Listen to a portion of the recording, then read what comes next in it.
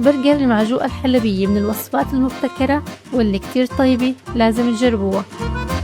بالبداية بدي أجهز حشوة المعجوقة. بحتاج نص بصلة بقطعها لشرائح، ونص حبة فلفل أخضر بقطعها لقطع ناعمة، ونص حبة فلفل أحمر كمان بقطعها ناعم، وآخر مكون هو الفطر كمان بقطعه شرائح. بمقلاية بضيف ملعقة زبدة وملعقتين زيت نباتي. بنزل البصل وبتركه ليدبل شوي، وبعدها بنزل الفلفل الأخضر والأحمر، وآخر شي بضيفه هو الفطر. البهارات ملح، فلفل أسود، بابريكا، وكزبرة يابسة. بقلبهم تقليبتين على النار وبطفي تحتهم. عندي هون 350 غرام لحمة، بضيف لهم ملعقة صغيرة ملح، ربع ملعقة فلفل أسود، ربع ملعقة بابريكا، ربع ملعقة زنجبيل، ورشة صغيرة هيل. بفرك اللحمة كتير منيح لأوصل لقوام متماسك بهالشكل. للتشكيل بحتاج صحن إله حرف بهالشكل، بضيف عليه قطعة نايلون وبدهنها شوية مي، وبضيف قطعة لحمة وبفردها بهالشكل، بشيلها على جنب وببدأ بتشكيل وحدة تانية مثلها. وهلأ بضيف الحشوة اللي جهزناها وفوقها جبنة القشقوان، ما بكتر جبنة مشان ما تطلع برا اللحمة. وهلأ بدي أسكرها باللحمة اللي جهزناها بالأول، بحطها فوقها وبضغط على الأطراف حتى تلزق اللحمة ببعضها، وهيك صارت جاهزة للشوي.